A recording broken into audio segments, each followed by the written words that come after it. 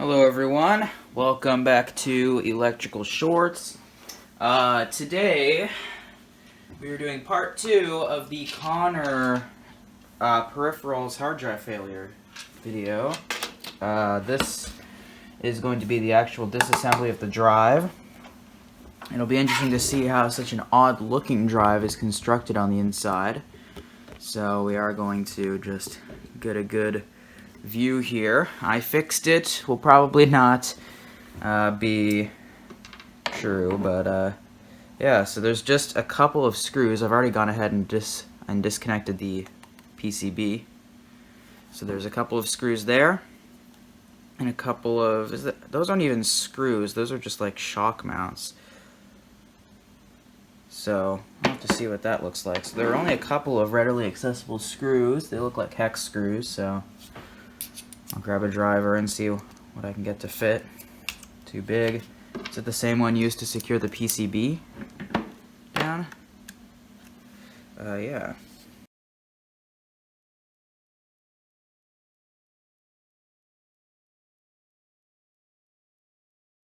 I think I finally am getting somewhere with getting the drive cracked open.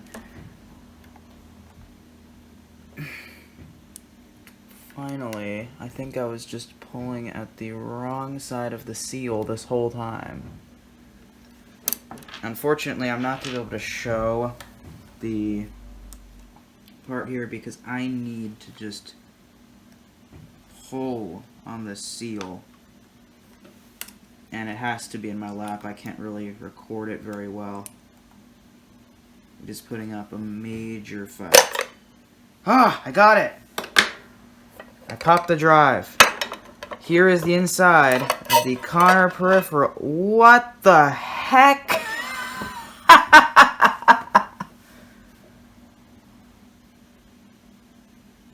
What?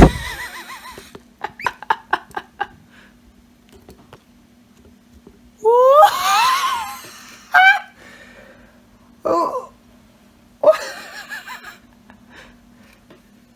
I don't know if you can see that, but there's literally the letter W written, or is that the number 3? Point is, whatever it is written on the disc? What? Okay, well, to be fair, I don't think this side is actually being used. I don't see a head right there, just an arm, so I'm guessing this top side of the platter can be ignored. Well, here is the inside of one of the Connor Peripherals CP-321 hard drives. Weirdest construction for a drive ever. One thing I see right away is that there are a couple dust specks, but that's on the top platter, and I'm not really going to be able to see much of what's going on underneath.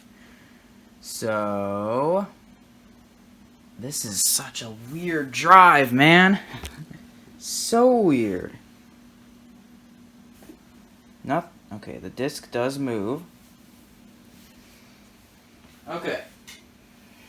So the plan right now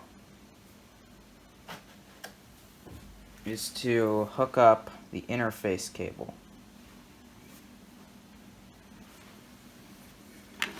to the drive. This thing took so long to crack open.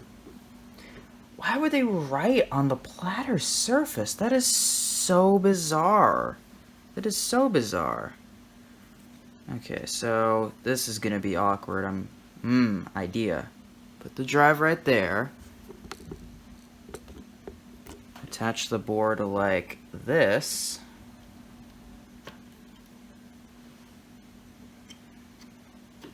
I'm gonna make sure these screws that hold the voice coil in place are good. What the? Is that a... That's like copper. That's not a hair or anything. This is such a bizarre drive. Okay, so the rubber seal is in good shape. I don't see any contamination, but there were a couple dust particles, which is a little strange. So I've got this board plugged in. So now what I can do is I can grab my disc cable, plug this thing in, and just fire it up. Now, without an interface connected, I'm not going to be able to see this drive in action while it's on. Well, wait, no, I guess I could hook it up to the Desk Pro and see it in action while it's running. That would be interesting. So, there it goes.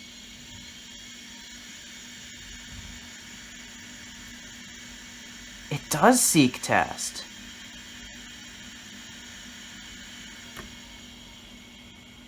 Okay. You know what? I'm gonna get this hooked up to the actual Desk Pro and then start her up. See what it does. Unfortunately, without removing the platters, which would definitely be destructive, I will not be able to see, since this top one isn't used. It's so strange, though. It has data tracks. I mean, it's so low capacity, you can literally see them. And, of course, it has the letter W or number 3 on it. Alright. I'm going to get this all hooked up and Frankenstein into the Desk Pro. Cue Frankensteining. So, I've got the board connected, I've got the cables connected, and I've got a piece of paper just stuck in between them so nothing shorts out. That's how we do it here on the Electrical Shorts channel. We don't want any electrical shorts. Alright, now I just gotta make sure I have the right monitor plugged in. Oh boy. I want to see what's going on this screen, so I gotta... Okay, that's the right VGA cable. Sorry for the high-pitched noise. CCFL tubes. And the backlight tube in this Dell monitor's gotten old and loud over time. It does quiet down. Ah, rats. It's so hard to get the cable plugged in when you can't see. Okay. I'm going to show you all the drive, because I'm sure that's what you all want to see. I'll be looking at... Oh, I forgot to plug in a keyboard. Oops. I always forget to plug in a keyboard. Ugh. Keyboard's plugged in. So I'll just let this thing try to boot from the drive.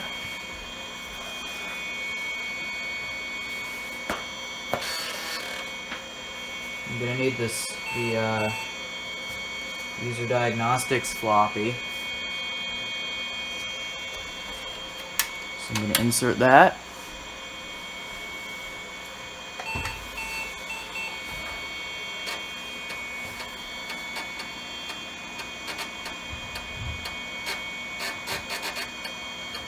The drive sounds different with the cover off. Okay. Set up.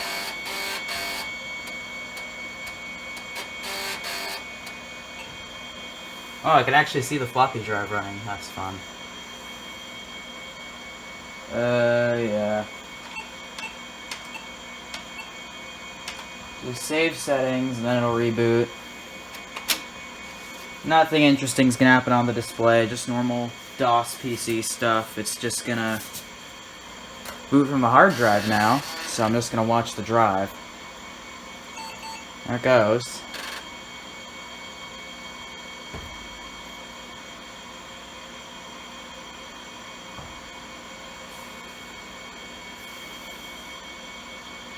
Head is moving. It almost sounds up close like something could be skating the platters, but I am not sure. I wouldn't know without taking the platters themselves off, which I'm obviously not going to do. The computer right now still just has the flashing cursor.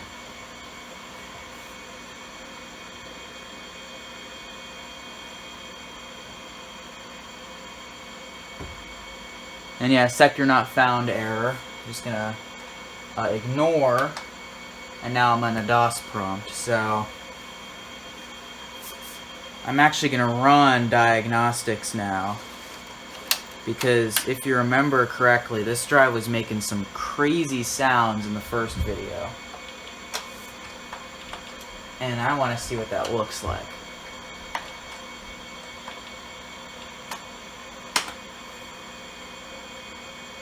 So I'm going to run a directory command. Get the keyboard in a better place so that I can see it. Yeah, test. Again, not going to show the screen. There's no reason to. You can see the floppy booting though. Or not booting. I can see the head moving. You can't because of the perspective, but you'll be able to see the disc spinning. The diagnostic DMA buffers need to be repositioned in memory. Press any key to reset the system. Okay. I'm going to move camera perspectives here so that you can see the drive up closer. There's this thing's monster power supply.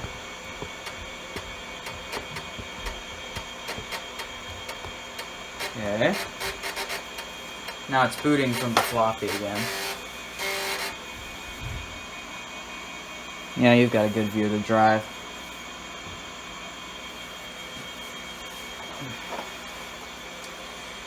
Now I can run test.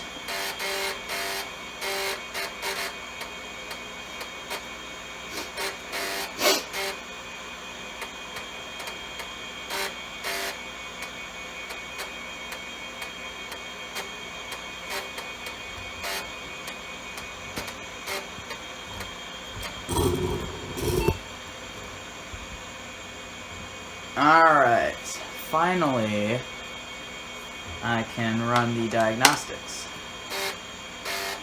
Now this is actually a different revision of the diagnostics. This one actually looks just a little bit different, which is interesting. This is revision G. Normally I run revision F. Wait, no, is it? This might be revision F. I'm not sure. I have 3 diagnostic diskettes. Alright. Yeah, it won't let me run one of the tests. So I just have to go through all the others first before it gets to the disk drive test, so yeah.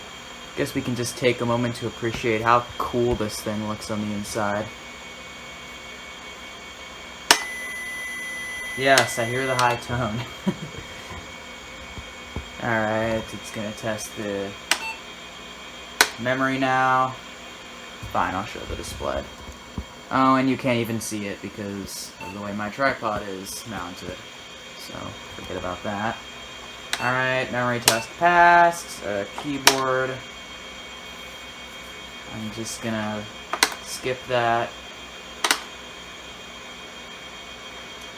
It's gonna do the enhanced keyboard test. Test is completed. It's going to try to test the parallel port. It's going to test the diskette drive. Here I'll just remove the disk because it's going to ask for a blank disk, but I don't have one. So it's going to say it failed because there wasn't any disk. It's going to test the serial port. Reinsert the diskette now. It's going to test. This is going to fail because I don't have anything to plug into it. Well, it might not. Now it passed. And here we go. The fixed disk drive. We'll be able to see what's going on with this thing. Here we go.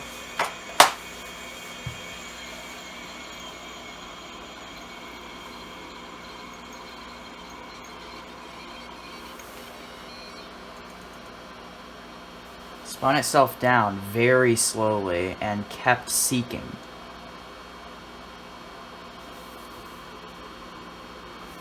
I am zooming in, so it's a little grainy, but you can still tell what's going on. Oh, that's better. Focused it.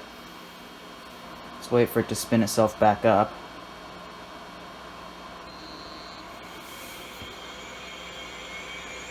There it goes. And it just spun down again.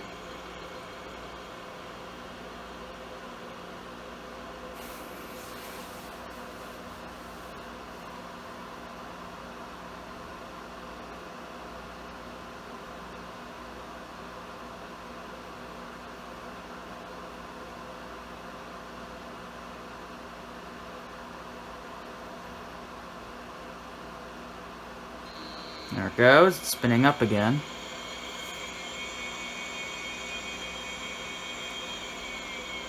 And there it goes again.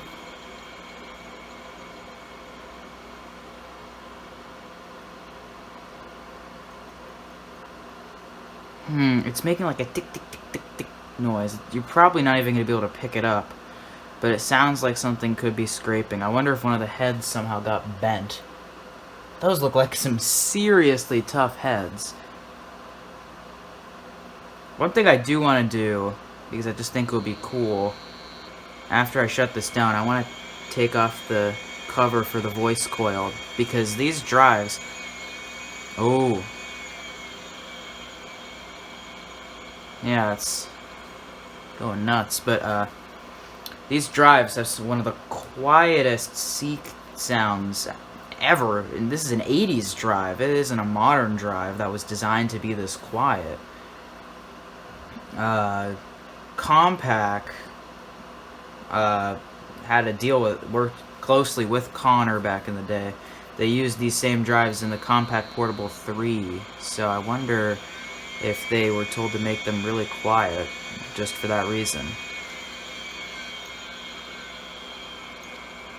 Look at that.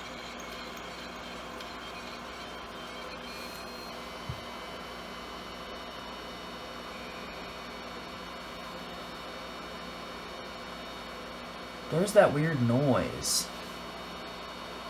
I'll move the camera closer, but like... I did hear that last time. It was like a eh. I'm gonna take the camera out of the tripod and just put it so that you can hear it up closer.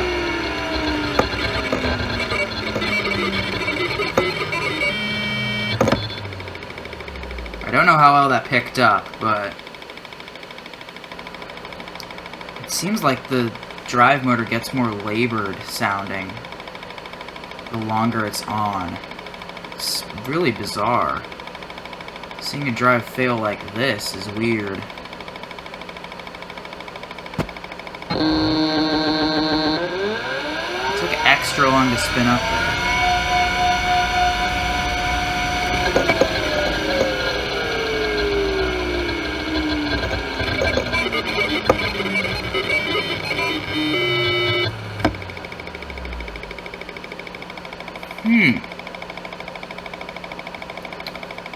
And it just keeps stopping, and like,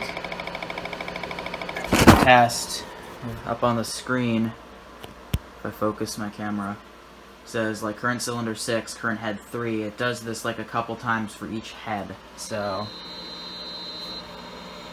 And then it spun up, and then it like, the motor sounded normal. It's like taking longer. Yeah. Alright, well,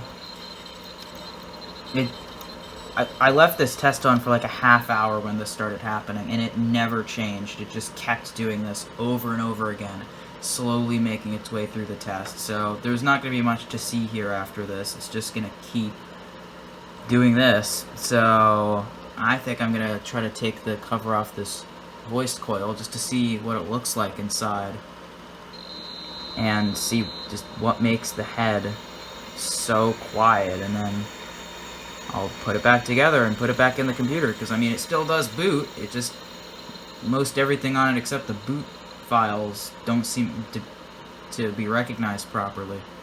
It's like all corrupted. So I can still use it to launch programs off of floppy. I just can't use it for any of its own programs, which is unfortunate. But I mean, there are several open ISA card slots in here that I can stick a board in to use an SD card or something like that, or a compact flash drive. And I mean, that's better than spinning rust anyway, because stuff like this happens, even though these Connor drives are pretty robust. Anyways, I think it's time to end this experiment.